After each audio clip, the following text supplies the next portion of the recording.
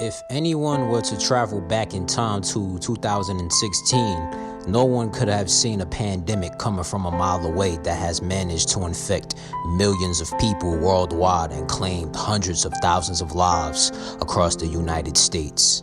Because of this, mandates such as social distancing and mask wearing has been enacted in many places. Schools, businesses, and corporations were forced to close. Millions of Americans have lost their jobs and homes. Small businesses across the nation had to shut their doors. The economy took a massive hit.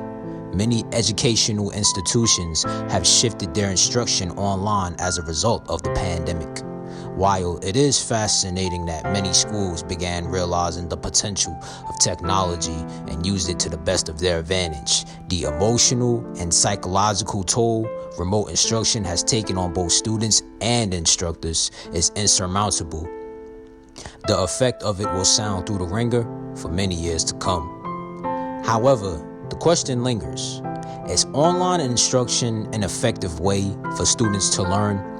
Honestly, it is not, because when students go to school, they're not just going to learn and pack up once all the work for the day is done. Students go to schools so they can socialize with their friends and partake in extracurricular activities like playing for a sports team or becoming part of a club. Students go to school to learn skills that will help them later in life, such as time management and finding their career path. Students go to school to bond with their educators, since for some, that is the only kind of bond they receive. Students go to school to receive more out of their scholarly experience. Students who come from socio-economic backgrounds ridden with poverty and the lack of resources ventures to institutions to use the technology for classwork or attain supplies they normally could not because they may not have the access or cannot afford to obtain them. Sitting in front of a screen all day does not replicate that same feeling a student would normally get inside of the classroom.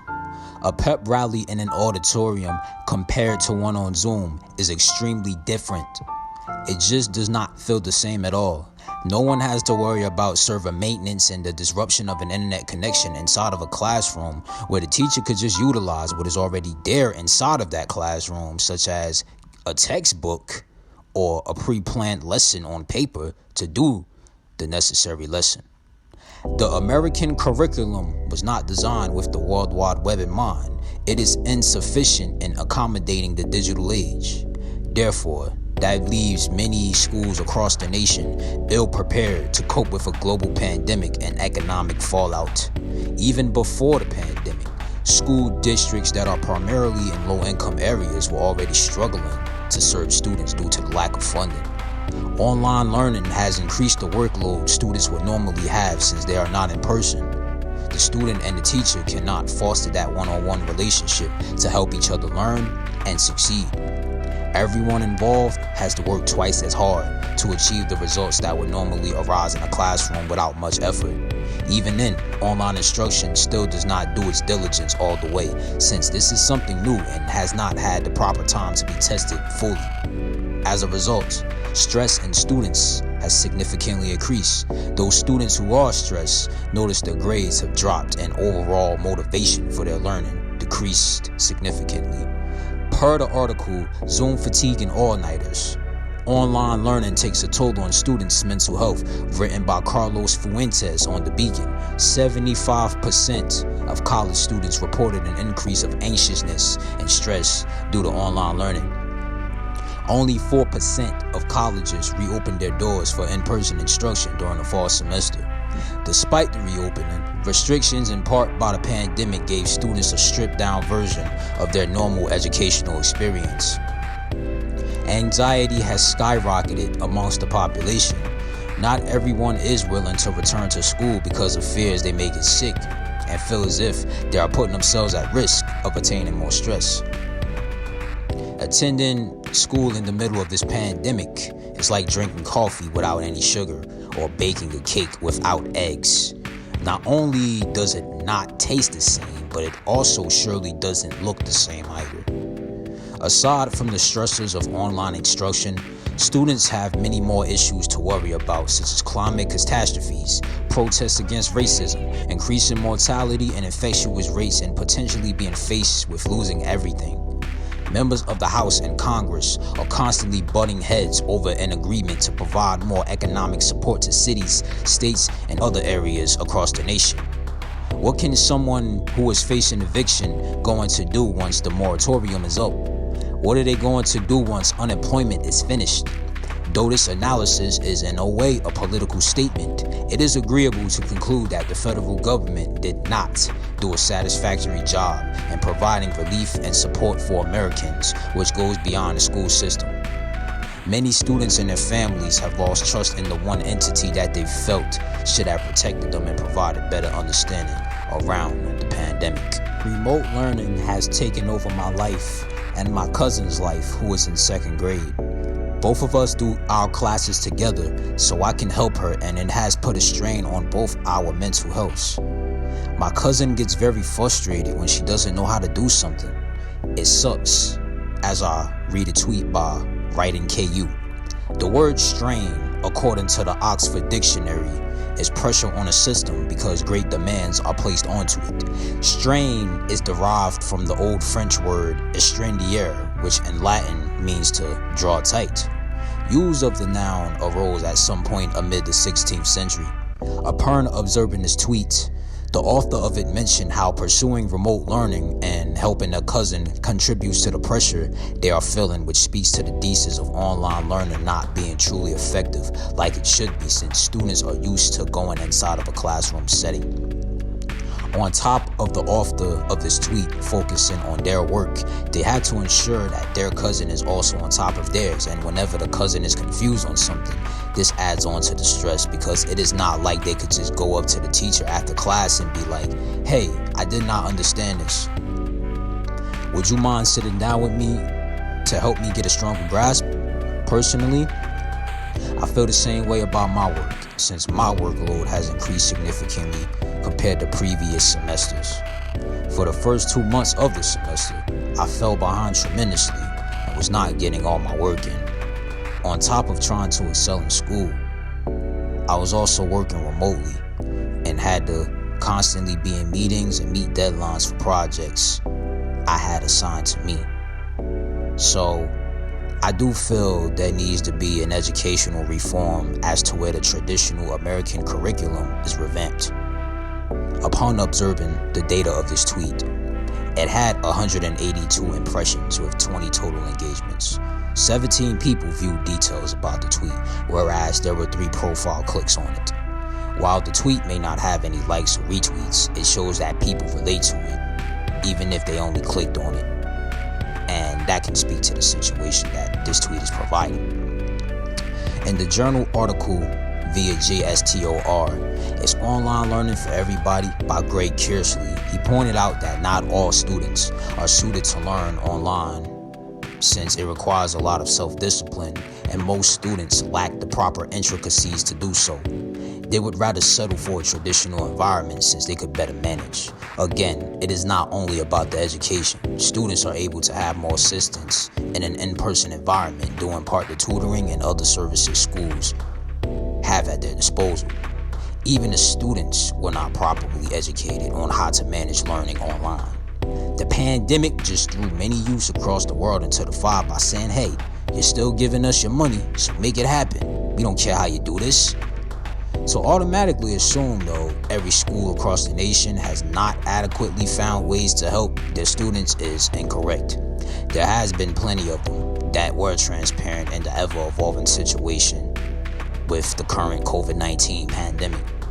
Many schools, in fact, have provided support for students that may be less fortunate, who does not have access to laptops or other related equipment necessary for remote instruction. Other schools have provided support for the students that are struggling mentally, emotionally, and financially, though just as many schools that help their students are just as many that hasn't.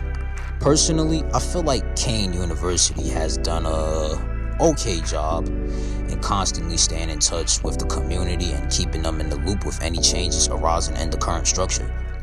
But does that not mean they couldn't have done more? I would say so. Again, I do not want to turn this analysis into a personal tirade, since that is not what this is about.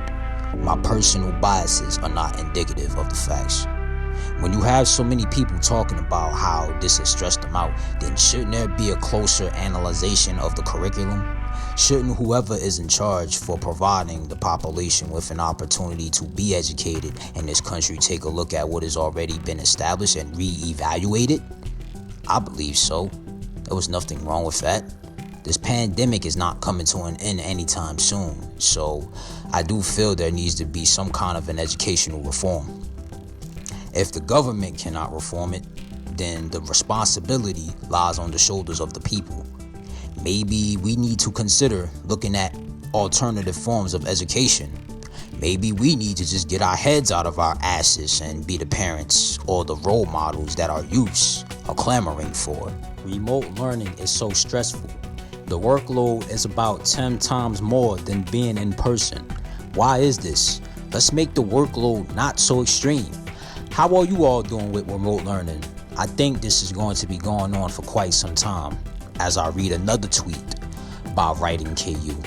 I agree with this tweet since experts, whatever you consider them, are saying that the majority of the world will not be able to return to normal until the end of 2021 going into 2022. Also, who really knows what this will look like then? It is easy to come up with speculations, make assumptions, and yeah, personally, I do a lot of digging within the shadows and have stumbled across many theories about COVID being a plandemic, the vaccine having a chip, population control, so on and so forth, but I will not speak on that here since again, I'm not here to make a statement for some personal or political agenda. I'm simply saying the effects of this lockdown have not been kind on the student body. This tweet was actually a response to another tweet posted by Rappler on October 22nd, 2020 about students at Philippine Science High School calling for the administration to evaluate their remote learning workload. Upon observing the metrics of this tweet, it had 290 impressions and 25 total engagements, with 23 detail expands and 2 profile clicks. No likes or retweets, but people still saw it and thought the same thing like, they do have a point. The word stressful is of interest. Again, we go back to our Oxford Dictionary. Stressful is just an extension of the word stress, since full is used to make an adjective. Stress is pressure or worry caused by the problems in one's life. Stress originates from de-stress, albeit a shorter version of the word, and partly from Old French estresser, meaning narrowness and oppression. Interestingly enough, it connects to estrangier, which is to draw tight, but is a past participle of estrangier that also means to draw tight.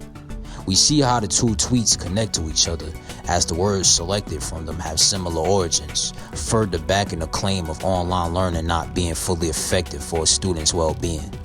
To conclude this piece, not only is remote learning ineffective in accommodating the majority of students who rely on in-person instruction to have success with their education, but that sees school as an escape from the stresses of everyday life, as they get to see their friends, hang out, bond with instructors, have that hands-on experience of sufficiently grasping the material and taking advantage of everything a school can offer. After this pandemic, educational districts across the country seriously need to re-evaluate online instruction going forward.